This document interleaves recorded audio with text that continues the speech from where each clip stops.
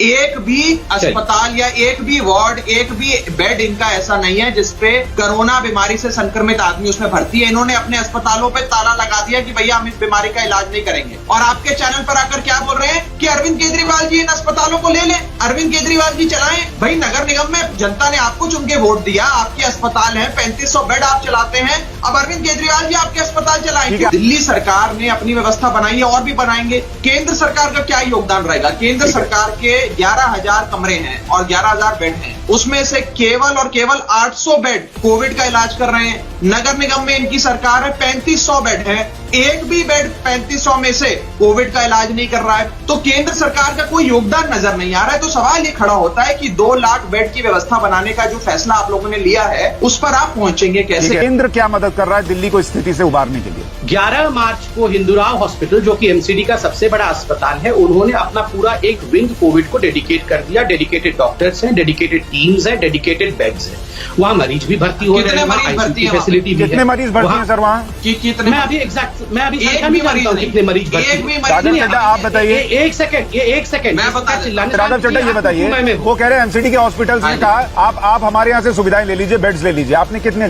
पहली चीज तो ये है कि मैं चुनौती देता हूँ मेरे मित्र जो भी ठीक होकर आए हैं और मैं उनके अच्छे स्वास्थ्य की कामना करता हूँ। संबित जी ये बता दें, एक अस्पताल एमसीडी का जिसमें एक भी व्यक्ति इस बीमारी से संक्रमित होकर भर्ती है, एक भी, 3500 बेड हैं नगर निगम के अस्पतालों के पास पूरी दिल्ली में। निर्वाचित सरकार कह रही है कि देखिए बाकी सरकारें क्या कर रही है, हम तो हाथ खड़े कर रहे हैं, अब एमसीडी चलाए दिल्ली को, अब एम्स चलाए दिल्ली को। ठीक है, मैंने आपके कितने पेशेंट भर्ती है संबित जी, बहस खत्म हो जाएगी। सुशांत भाई, मैं यहाँ बिल्कुल चिल्लाने नहीं बैठा हूँ। नहीं संबित जी, वो ये कह रहे हैं आप आंकड़े बता दीजिए, वो नहीं काउंटर क्वेश्चन करेंगे।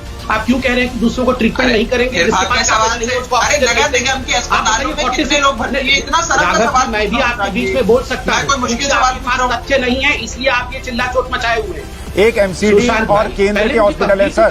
संबित जी एक मिनट, मैं बस एक क्लैरिटी दे रहा हूँ। देखिए राघव चड्ढा से मैंने पूछा दिल्ली सरकार क्या कर रही है, अभी और सवाल है उनसे पूछूंगा। एक सवाल ये था कि केंद्र क्या मदद कर रहा है दिल्ली के लोगों की, केंद्र के हॉस्पिटल और एमसीडी के हॉस्पिटल्स में, इसका स्पष्ट जवाब चाहिए सर। हम और आप डिबेट से भटक रहे हैं। डिबेट का मुद्दा क्या है सुशांत जी? अगर एमसीडी पे जाए तो डिबेट से भटक रहे हैं। एक सेकंड, आप बताइए। ये देखिए एक बड़ी चतुराई से ये बहस भाई, मैं बिल्कुल बीच में नहीं बोलूंगा। कितनी बढ़िया बात है, आपने 5 बार बड़ी बेबाकी से मेरे मित्र से सवाल पूछा कि नगर निगम के कितने 3500 बेड में से कितने बेड पे कोविड के मरीजों का इलाज हो रहा है। मेरे मित्र आपको जवाब नहीं दे पाए। मैं यही एक्सपोज करना चाह रहा कि ना नगर निगम और ना केंद्र सरकार किसी प्रकार का योगदान दे रहा है। इन्होंने कहा कि एम्स टर्शरी केयर करता है, बड़ी बड़ी सर्जरी करता है, सही कहा, मैं सहमत हूं संबित जी के साथ। लेकिन उसी हिसाब से एलएनजेपी अस्पताल, जीटीबी अस्पताल, राजीव गांधी अस्पताल, ये 3 बड़े अस्पताल दिल्ली सरकार के इन्हीं प्रकार की न्यूरो सर्जरी से लेकर बोन मैरो ट्रांसप्लांट से लेकर ओपन हार्ट सर्जरी करते हैं। लेकिन आज वो सारे अस्पताल जनता की सेवा में लगे हुए हैं, केवल कोविड-19 का इलाज कर रहे हैं। कर्नाटक की सरकार ने 1.5 महीने पहले एक ऑर्डर जारी करा और कहा कि केरल से कोई भी व्यक्ति कर्नाटक नहीं आएगा इलाज कराने के लिए, और बकायदा बेंगलुरु के हर अस्पताल को लिखकर कहा कि केरल से आने वाले किसी व्यक्ति का आप इलाज नहीं करेंगे। तब कहां चला गया था इनका संविधान? तब कहां चला गया था भेदभाव? जब कर्नाटक की बीजेपी की सरकार करे तो वो तो रासलीला, हम करें तो कैरेक्टर ढीला। मैं ये आपको कहना चाहता हूं बड़े स्पष्ट तौर पे, ये सामान्य परिस्थितियां नहीं है, ये आपातकाल की परिस्थितियां हैं, जहां एक समय दिल्ली में 70% बाहर से लोगों का आकर इलाज होता था। आज वो स्थिति नहीं है। आज दिल्ली वालों को भी जरूरत है और दिल्ली में किसी को बेड नहीं मिलता तो उसके लिए कौन जिम्मेदार होगा? आखिरी पॉइंट सुन लीजिए, फिर मैं आपको एक पॉइंट दे दीजिए आखिरी। एक इन्होंने संबित जी ने उदाहरण दिया कि एक वो बूढ़ी महिला 70 साल की जो बाहर से आकर दिल्ली में आई है, एक हफ्ता पहले उसकी तबियत खराब हो गई है, वो क्या पहले अपने कागज देखेगी या कहां जाएगी? अरे भाई वो किसी भी अस्पताल में जाएगी, इमरजेंसी वार्ड होता है हर अस्पताल में, इमरजेंसी में उसका इलाज होगा, उसे ऑक्सीजन मास्क लगाया जाएगा और फिर जब उसकी हालत ठीक हो जाएगी तो उसको डेजिग्नेटेड अस्पताल पहुंचा दिया जाएगा। इतना अमानवीय कोई नहीं होता है। हर संबित भाई आप रिस्पॉन्ड कीजिएगा। एक सवाल मैं राघव चड्ढा से पूछ लूं। आपने कहा नहीं संबित भाई, आप कह रहे हैं आप मिलकर कर रहे हैं, धन्यवाद आपका, मिलकर होगा। और जब जिम्मेदारी होगी कि सड़क पर लोग मर रहा है तो वो अरविंद केजरीवाल का हो जाएगा। जब मिलकर कर रहे हैं तो जिम्मेदारी आप पर भी आएगी ना। नहीं, मुझे तो आश्चर्य लग रहा है। आप बोल रहे हैं कि यहाँ पे दिल्ली में एमसीडी की सरकार है, केंद्र की सरकार है। आप पहले डिसाइड कर लीजिए दिल्ली में सरकार किसकी है। नहीं, मैं तो उनको कह रहा हूँ सर, मैं उनसे पूछ रहा हूँ, पर आप भी तो देखेंगे ना सर। प्रधानमंत्री नरेंद्र मोदी तो पूछेंगे, दिल्ली के लोग मर रहे हैं तो छोड़ देंगे। दिल्ली में केसेस बढ़ रहे हैं, आप कह रहे हैं कम्युनिटी स्प्रेड हो रहा है। केंद्र ने गाइडलाइन जारी की और बोला अगर आप अपने यहां मानते हैं कि केसेस बढ़ रहे हैं तो इससे कम खोलिए। दिल्ली ने सब खोल दिया। अब आप कह रहे हैं केंद्र पर से सवाल पूछा जाए। पहली बात तो ये भ्रम में जो लोग फंसाते हैं लोगों को कि सब खोल दिया।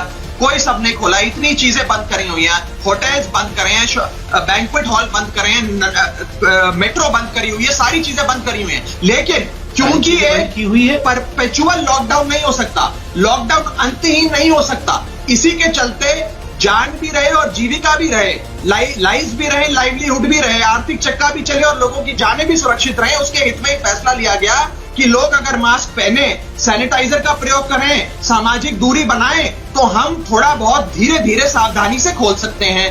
आज इसी विषय पे मैं चर्चा करना चाह रहा हूं, लेकिन चर्चा उस व्यक्ति से होगी जो व्यक्ति इस बात को स्वीकारे तो सही कि हम कम्युनिटी ट्रांसमिशन के फेज में आ गए हैं। ठीक है, संबित पात्रा, अगर दिल्ली कम्युनिटी स्प्रेड की हालत में है तो मैं पूछ रहा हूं, आप ये कह रहे हैं कि अगर कम्युनिटी स्प्रेड नहीं हुआ है, ये आप बोलेंगे तो ये एक बड़ा झूठ होगा, ये सच से मुंह मोड़ने जैसा होगा। तो मेरा सवाल था कि आपने कम्युनिटी स्प्रेड है ये जानते हुए दिल्ली को क्यों खोल दिया? दो सरल जवाब है। पहला जवाब तो यह है कि दिल्ली को कितना खोला जाए या नहीं खोला जाए, ये स्टेट डिजास्टर मैनेजमेंट अथॉरिटी जिसकी कल बैठक हुई थी वो डिसाइड करती है। और उस बैठक में हमारे प्रतिनिधि उप मुख्यमंत्री मनीष सिसोदिया ने बात रखी कि क्या हम कम्युनिटी स्प्रेड पर आ गए हैं, इसका संज्ञान लिया जाए और उसके हिसाब से फैसले लिए जाएं। क्या दिल्ली में फिर कुछ बंद करने की जरूरत है या कुछ और खोलने की आवश्यकता है, उस पर विस्तार से चर्चा हो। आपको जान के चंबा होगा कि केंद्र सरकार के प्रतिनिधि जो उस बैठक में बैठे थे उन्होंने साफ मना कर दिया कि दिल्ली के अंदर कम्युनिटी स्प्रेड नहीं है, यानी कि कम्युनिटी ट्रांसमिशन अभी तक दिल्ली में नहीं शुरू हुआ है। मैं पूछना चाहूंगा